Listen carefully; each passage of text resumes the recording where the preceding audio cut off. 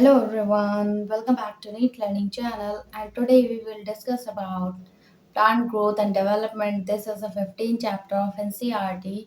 तो मैंने पिछली वीडियो में काफ़ी सारी चीज़ें डिस्कस करी थी जिसमें कि हमने जो पीजीआर था उसको फिनिश कर लिया था कि पीजीआर का मतलब क्या होता है कि पीजीआर इज ऑर्गेनिक सब्सटेंस, ठीक है, जिसका यूज़ आप प्लांट को ग्रोथ कराने में करा जाता है, ठीक है, और उसको कुछ हार्मोन्स ऐसे भी होते हैं जो कि इनहिबिट भी करते हैं प्लांट्स को, ठीक है। फिर उसके बाद हमने सबसे पहले ऑक्सीजन को फिनिश किया था। ऑक्सीजन को सबसे पहले डिस्कवरी किसने किया था और उसके बाद एक्सपेरिमेंट किसने किया था, ऑक्सीजन को किस तरीके से बनाया जा सकता है, उसको सबसे पहले आइसोलेट किसने किया था, वो सारी चीजें हमने डिस्कस करी थी, ठीक है। नेक्स्ट हमारा हार्मोन्स कौन सा था, आपका जिब्रेलिन था, जिसे हम आज डिस्कस करेंगे, ठीक है। ओके, तो स्टार्ट करते हैं। सबसे पहले the effect of gibberellin had been known in Japan. तो सबसे पहले अगर इसके इफेक्ट के बारे में बात करें तो इसका इफेक्ट सबसे पहले जापान में देखा गया था कि जापान में जब प्लांट्स यूज किया जा रहा तो उसमें जिब्रेलिन्स का सबसे पहले इफेक्ट देखा गया था, ठीक है। नेक्स्ट देखिए, Japanese farmer observe that certain rice seeding in their field grows excessively tall and become weak and sterile। जो जापानीज फार्मर थे उन्होंने क्या किया, अपने जो राइस की जो सीडलिंग थी तो कई सारे प्लांट्स में जिब्रेलिन का यूज किया जो कि वीक थे, स्टेराइल थे, तो उनमें इस जिब्रेलिन का यूज किया, ठीक है। फिर देखिए, Japanese plant pathologist E Kurosawa found that a disease caused by fungus Gibberella fujikuroi. Japanese plant के जो मतलब जो पैथोलॉजिस्ट थे जिनका नाम ई कुरोसावा है, उन्होंने सबसे पहले इस डिसीज को देखा था। मतलब ये डिसीज जो होती है किससे होती है, जिब्रेला फिजिकोराई फंगस से, ठीक है। किससे होती है, जिब्रेला फिजिकोराई फंगस को इन्होंने सबसे पहले देखा, ठीक है। ओके, इससे होने वाली जो डिसीज हो रही थी उसको देखा। फिर देखिए, gibberellins are acidic in nature and denoted J1 J2 J3 and so on. तो जिब्रेलिन क्या होता है, एसिडिक होता है, फिर उसके बाद उसको इस टाइप से इसको डिनोट कर सकते हैं, ठीक है। J3 is one of the first to be discovered and thoroughly the most intensively precursor studied form। तो सबसे पहले आपको कई सारे पार्ट तो मिले जिब्रालिन के, ठीक है, J1 J2 J3 वगैरह वगैरह, ठीक है। लेकिन अगर मोस्ट इंपॉर्टेंट की बात करें, फर्स्ट की बात करें, तो फर्स्ट सबसे पहले किसका डिस्कवर हुआ था, J3 का, ठीक है। ओके, और उसके बारे में स्टडी किया गया था, ठीक है। प्रिकर्सर एसिटिल कोएंजाइम, इसका प्रिकर्सर क्या है, एसिटिल कोएंजाइम है, ठीक है। नेक्स्ट बात करेंगे फिजियोलॉजिकल इफेक्ट फंक्शन की, कि जो इसका फिजियोलॉजिकल इफेक्ट है किस तरीके से प्लांट में होता है। पहले बात करेंगे स्टेम एंड लीफ ग्रो में। तो gibberellin stimulate stem elongation and other aerial part. जो स्टेम क्या है, एक एरियल पार्ट है, ठीक है। तो एरियल पार्ट्स को ग्रो कराने में या फिर उसका इलोंगेशन कराने में यूज किया जाता है, ठीक है। Therefore, they are increase in the size of stem and fruit। समझ में आ गया होगा, फ्रूट एंड स्टेम के साइज को इंक्रीज करने में जिब्रेलिन का यूज होता है। बॉल्टिंग के बारे में देख लेते हैं। जिब्रेलिन इंड्यूस स्टेम इलोंगेशन इन अ रोजेट प्लांट। तो रोजेट प्लांट इसका मेन वर्क क्या है कि इलोंगेशन करना, ठीक है। तो रोजेट प्लांट में स्टेम को इंड्यूस करता है कौन, जिब्रेलिन। फिर देखिए, जैसे कि जो रोजर प्लांट का एग्जाम्पल मैंने दिया, तो एग्जाम्पल में कई सारे सीड मतलब आते हैं जिनमें जिब्रेलिन का यूज किया जाता है। जैसे कैबेज हो गया, पीट, इंटरनोड ग्रोथ इज रिटार्डेड, ठीक है। तो इसमें क्या है, स्टेम का इलोंगेशन करने किया जाता है जिसे हम बॉल्टिंग प्रोसेस भी बोलते हैं, ठीक है। फिर देखिए, सीड जर्मिनेशन के बारे में देख लेते हैं। Gibberellin stimulate the synthesis of various type of hydrolytic enzyme from mobilization of a reserve food। Gibberellins में क्या होता है, कुछ हाइड्रोलिटिक एंजाइम प्रेजेंट होते हैं, ठीक है।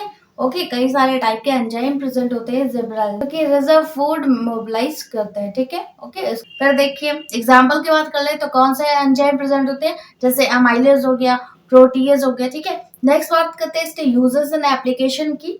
तो फ्रूट ग्रोथ इंपॉर्टेंट है। नेक्स्ट, डिलेड राइपनिंग, मतलब कि जो राइपनिंग प्रोसेस है, ठीक है, उसमें मतलब राइपनिंग का मतलब क्या होता है, किसी भी चीज को उसमें मेच्योरिटी आना, इसे क्या बोलते हैं, राइपनिंग, ठीक है। तो डिलेड राइपनिंग, जो राइपनिंग की कंडीशन होती है, राइपनिंग में प्रॉब्लम आ रही होती है तो उसको भी डिले करता है, ठीक है। फिर देखिए, malt yielding J3 is used to speed up of malting. तो माल्टिंग के प्रोसेस में J3 का यूज किया जाता है, ठीक है।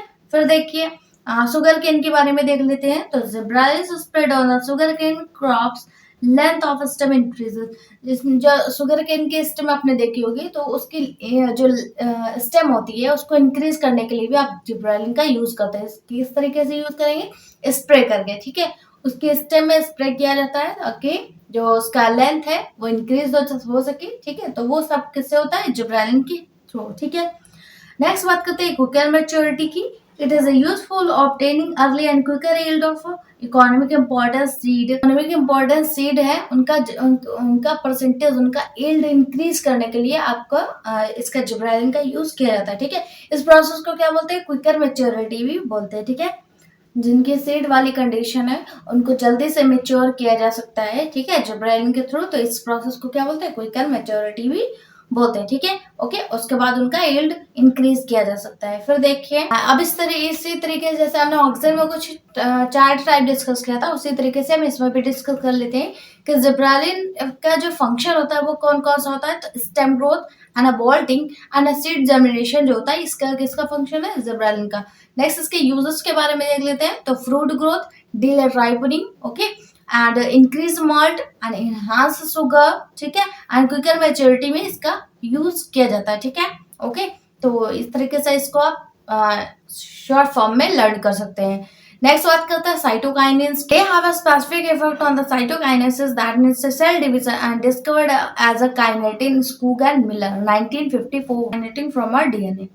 तो जो उन्होंने मतलब एक सबसे पहले साइटोकाइनिन को डिस्कवर किया था साइंटिस्ट ने, ठीक है। साइटोकाइनिन है, इसका मेन इफेक्ट हमें कहाँ पर देखने को मिलता है? जब जब सेल्स में सेल डिवीजन हो रहा होता है, ठीक है। दैट मीन्स साइटोकाइनेसिस मतलब कि सेल्स में डिवीजन हो रहा होता है, तो इसे क्या बोलता है? साइटोकाइनेसिस। तो उसमें आप उस टाइम पे इसका यूज किया जाता है, ठीक है।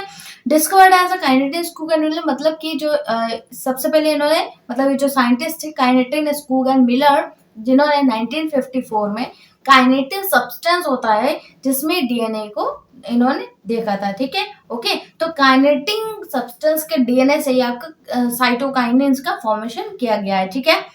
फिर देखिए next point, obtaining from a herring fish sperm with which increase the cell division हो रहा था हियरिंग फिश में। तो हियरिंग फिश के इसके स्पर्म से लिया गया है, ठीक है। ओके, जो कि सेल डिवीजन को इंक्रीज करता है, ठीक है। फिर देखिए cytokinins are mainly synthesized in the roots, therefore they show polar transport. तो जिस तरीके से increase shoot and increase root किसका वो किसके थ्रू हो रहा था? ऑक्सीजन के थ्रू हो रहा था, ठीक है। लेकिन ओनली स्टेम में ग्रो कराना वो किसका वर्क था? जिब्रेलिन का। लेकिन अगर हम साइटोकाइनेस की बात करें तो वो रूट्स को ग्रो कराता है, ठीक है। ओके, तो इस तरीके से लिखा हुआ है cytokinins are mainly synthesized in the root.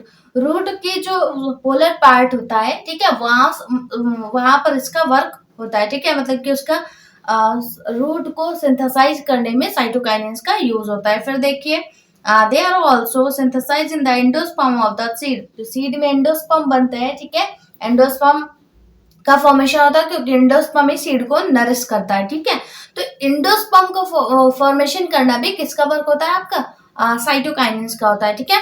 फिर देखिए द फॉर्म आइसोलेशन के बारे में देख लेते हैं। The first natural cytokinin was isolated from unripe मेज ग्रेन्स और कर्नियल्स नोन एज अ जियाटिन। तो अगर हम नेचुरल साइटोकाइनेंस की बात करें, ठीक है, तो पहला नेचुरल साइटोकाइनिन जो है उसको आइसोलेट किया था किसमें?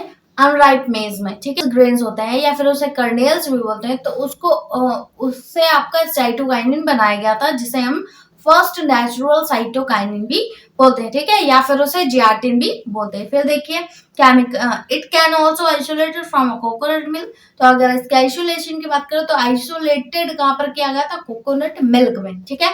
ओके, साइटोकाइनेस को आइसोलेट किस में किया गया था? कोकोनट मिल्क में। फिर बात करते हैं केमिकली की। तो these are modified purines and derived from the tRNA. तो वो तो हो गया नेचुरली तरीके से साइटोकाइनेस का फॉर्मेशन, ठीक है।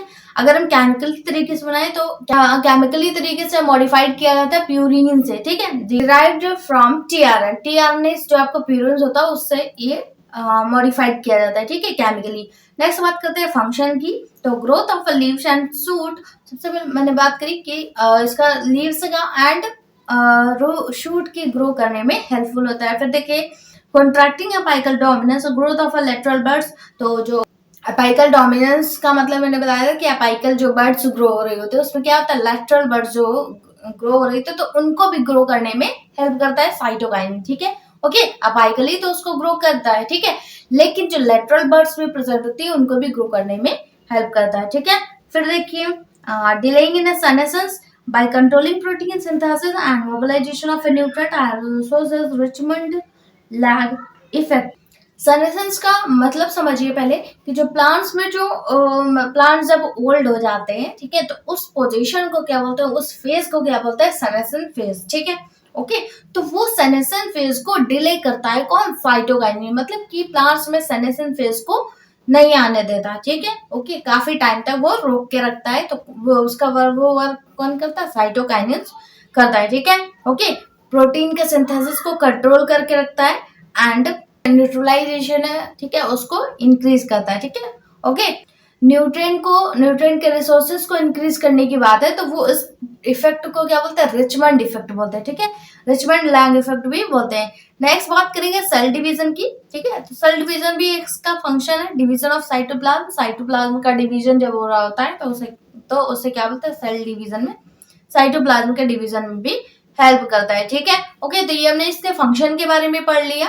ओके, फिर देखते हैं अब इसके यूजेस के बारे में, देख लेते हैं कि इसका यूज क्या होता है। तो ओवरकमिंग सेनेसेंस में भी यूजफुल होता है, जैसे कि cytokinins are used to delay the senescence of intact leaf of the plant. तो प्लांट में लीफ जो होती है वो क्या होती है, जब ओल्ड होने लगती है तो क्या वो फॉल होने लगती है, ठीक है, तो वो उनका सेनेसेंस पीरियड जो होता है, सेनेसेंस फेज जो होता है उसको नहीं आने देता है कौन, साइटोकाइनिन, ठीक है। फिर देखिए सेकंड क्या है, tissue culture, oxygen concentrated plus cytokinin concentrated is equal to callus. तो कैलेक्स इंपॉर्टेंट है, ठीक है। टिश्यू कल्चर की बात करें, टिश्यू कल्चर जो मैंने पढ़ाया था, ठीक है, आपकी जो 12th की एनसीईआरटी है उसमें हमने पढ़ाया था टिश्यू कल्चर के बारे में। तो टिश्यू कल्चर में क्या होता है, oxygen concentrated plus cytokinin concentration दोनों जब मिक्स कर दिया जाता है तो आपका क्या बन जाता है, कैलेक्स, जिसमें आपका रूट एंड शूट प्रमोट किया जाता है। रूटिंग प्रमोटिंग सब्सटेंस मिक्स किया जाता है तो रूट इंक्रीज हो जाती है, एंड शूट प्रमोटिंग सब्सटेंस जब मिक्स किया जाता है, ठीक है, तो शूट इंक्रीज हो जाती है, ठीक है। तो इस तरीके से अगर हम कैलेक्स की बात करें तो वो ऑक्सीजन का कंसंट्रेटेड प्लस साइटोकाइनिन का कंसंट्रेशन से आपका कैलेक्स का फॉर्मेशन होता है, जो कि यूज किया जाता है आपका टिश्यू कल्चर में, ठीक है। नेक्स्ट उसी तरीके से चार्ट के बारे में डिस्कस कर लेते हैं कि साइटोकाइन जो होता है उसका अकरेंस क्या क्या होता है। तो root apical and developing shoot bird and young fruits में इसका अकरेंस है, ठीक है।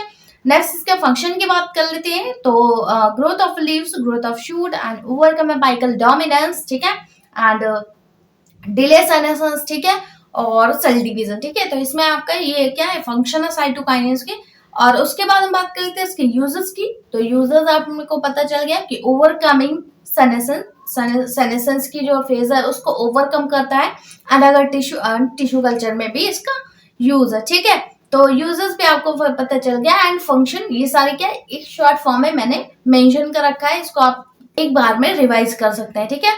Emitted a volatile substance that brought about early ripening of unripe banana kept nearby. Later on, the volatile substances were identified as ethylene. तो अगर हमें किसी भी चीज का जैसे अनराइप बनाना है तो उसको राइपन करने के लिए अब एक सब्सटेंस होता है जिसे हम एथिलीन बोलते हैं, ठीक है। तो इसका भी यूज होता है, दिस इज अ हार्मोन, ठीक है। ओके, प्लांट रिस्पॉन्स हार्मोन्स होता है, ठीक है। और उसके बाद ये एक वोलेटाइल सब्सटेंस है जिसे आइडेंटिफाई करने के लिए उसे एथिलीन नाम दिया गया है, ठीक है।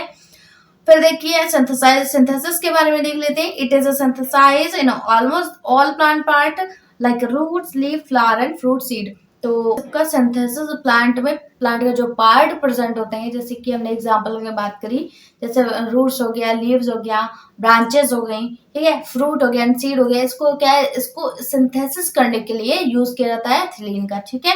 नेक्स्ट बात करेंगे maximum synthesis occur during ripening of fruit tissue undergoing senescence, it means ageing. तो अगर इनके मैक्सिमम सिंथेसिस की बात करें, एथिलीन के मैक्सिमम सिंथेसाइज की बात करें, मतलब इसके फंक्शन की बात करें, तो वो क्या होता है कि फ्रूट की राइपनिंग करने में हेल्प करता है, ठीक है। ओके, फ्रूट की राइपनिंग करने में कौन हेल्प करता है, एथिलीन, ठीक है। इस प्रोसेस को क्या बोलते हैं, एजिंग बोलते हैं। इसका मैक्सिमम सिंथेसिस क्या होता है, मतलब ये मैक्सिमम सिंथेसिस करता है राइपनिंग ऑफ फ्रूट में, ठीक है, फ्रूट की राइपनिंग में इसका यूज होता है। लेकिन जब फ्रूट की राइपनिंग कर रहा है तो फ्रूट जैसे जैसे वो राइपेंड होगा उस तरह सेनेसेंस को प्रमोट करता है, ठीक है। ओके, जैसे साइटोकाइन था वो सेनेसेंस को डिले कर रहा था, ठीक है, लेकिन जो एथिलीन होता है वो सेनेसेंस को प्रमोट करता है।